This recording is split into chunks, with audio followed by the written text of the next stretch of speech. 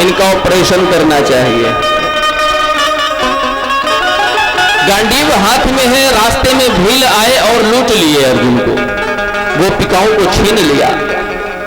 तभी तो कहा पुरुष बली नहीं होत है, होत समय बलवान, भीलन लूटी गोपिया वही अर्जुन वही बाण। जब सब कुछ लुट गया वही अर्जुन तेज निस्तृत चेहरा लेकर के जब पहुंचा युधिष्ठिर जी के पास में, युधिष्ठिर जी ने देखा, पूछा अरे ये तुम्हारा मुखमंडल मलिन क्यों है? क्या बात है? क्या तुम्हारे द्वारा कोई गौ हत्या हो गई या किसी ब्राह्मण का अपराध हो गया या किसी संत महात्मा का धन तुमने छीन करके खा लिया? क्या तुमने किसी वैश्यागमन कर लिया, किसी कुकर्म कर लिया ऐसा कि जो मलिन चेहरा हो गया? अर्जुन की आंखों में अश्रु। अर्जुन ने कहा भैया ऐसी बात नहीं है, हमारे जो प्राण वल्लभ कन्हैया हैं इस धराधाम को छोड़कर के चले गए और मुझे एक जिम्मेदारी सौंपी, इन गोपिकाओं को राधा रानी के शरण में छोड़ देना। भैया वो भी मैं नहीं कर सका, ये मेरा गांडीव धरा का धरा रह गया। धिक्कार है इस गांडीव पर और मेरी इस सामर्थ्यवान पर, समर्थता पर। रक्षा नहीं कर सका, मूल दुख का कारण यही है।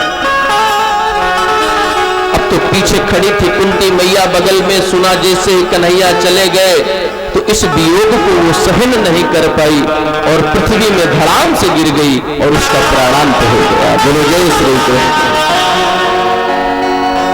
पांडवों ने भी निश्चय किया कि अब हम रह करके क्या करेंगे, यहां पर रह करके क्या करेंगे, हम भी स्वर्गारोहण करें। तो जो जिस बालक की रक्षा किया था भगवान ने वो बालक जन्म लिया और नन्हा सा बालक है उसका ही राज तिलक कर दिया, जिसका नाम परीक्षित है।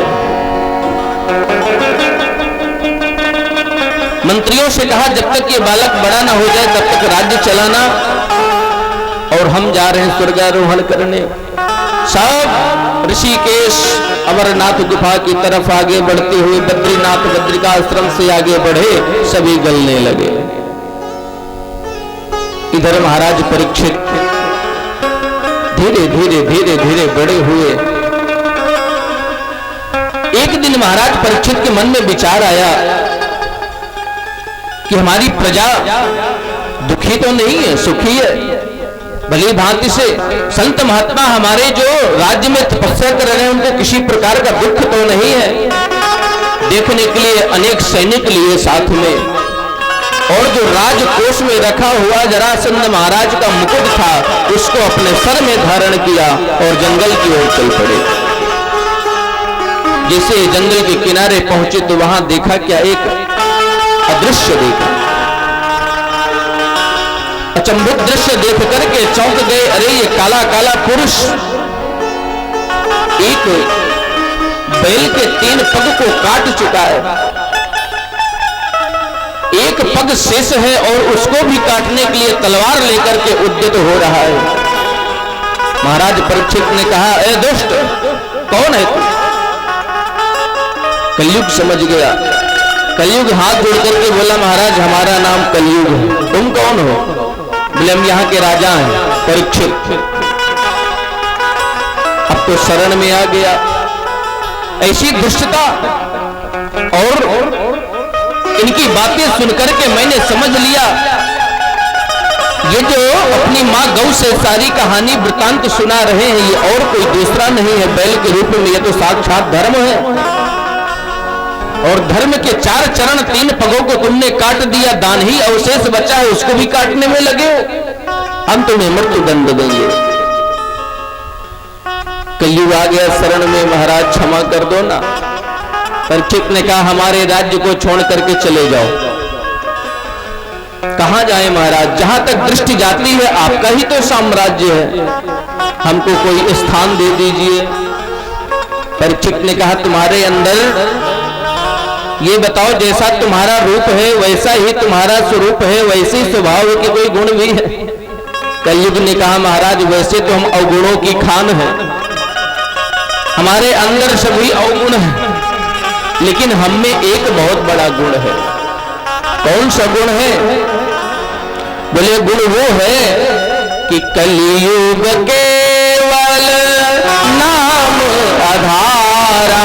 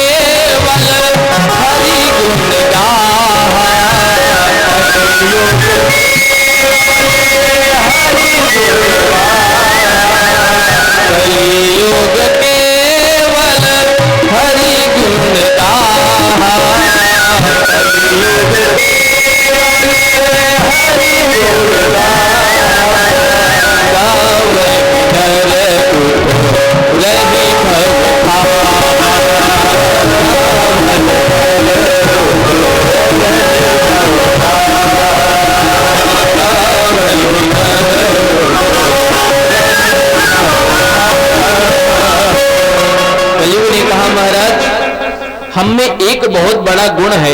वो गुण ये है कि जो लोग सतयुग में हजारों लाखों वर्ष तपस्या करते थे, तप करके जो फल मिलता था, त्रेता में जो वर्षों यज्ञ करने के पश्चात जो फल मिलता है, द्वापर में जो दान देने के बाद फल मिलता है, वो कलयुग में केवल हम युग में हमें केवल नाम राम लेने से ही फल प्राप्त हो जाता है। बोलो जय श्री कृष्ण। राम नाम। परीक्षित महाराज ने सोचा ये तो बहुत बड़ा गुण है, अरे लाखों वर्ष तपस्या करने की क्या आवश्यकता है, केवल हरे राम करते रहो, राधे राधे जपते रहो, कल्याण हो जाएगा। और सबसे बड़े उदाहरण तो हमारे वृंदावन की विभूति श्री प्रेमानंद जी महाराज।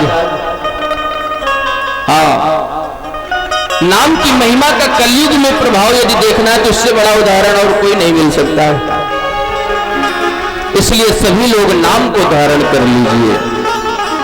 परीक्षित ने कहा ठीक है, हम तुमको स्थान दे रहे हैं, 4 जगह पर तुम्हारा निवास होगा। गीतम पानम स्त्रियः शूना यत्र धर्मश्चतुर्विधम्। दूत माने जुआ, जहां पर जुआ खेला जा रहा होगा वहां पर तुम्हारा कलयुग जी निवास होगा। दूसरा स्थान पानम, जहां पर मदिरा पान हो रहा होगा वहां पर तुम्हारा निवास होगा। तीसरा स्त्रिया, जहां पर वैश्यागमन हो रहा होगा वहां पर तुम्हारा निवास होगा। सूना, सूना माने हिंसा, जहां पर बूचड़ खाने वहां पर तुम्हारा निवास अहिंसा के रूप में होगा। अब कलयुग गिड़गिड़ाते हुए खड़ा हो गया महाराज, जैसा रूप देखा वैसे रूप दे दिया। अरे हम में एक बहुत बड़ा गुण है तो कम से कम एक घर अच्छा दे दो। तो कलयुग, ये कलयुग का ही प्रभाव है कि महाराज परीक्षित के मुख से निकल गया तुम्हारा निवास सोने में भी होगा। अब सोने का जैसे ही नाम लिया कलयुग ने देखा तो सोने में तो भगवान का वास होता है। भगवान को वेद में हिरण्यगर्भ कहा गया है। सभी आचार्य पाठ करते हैं हिरण्यगर्भा समवर्तकाग्रे भूतस्य जातः पतिरेक आसीत्। तो जब भगवान को हिरण्यगर्भ कहा गया तो कलयुग किस सोने में रहेगा? तो बोले कलयुग उस सोने में रहता है जो अधर्म की कमाई का सोना होता है।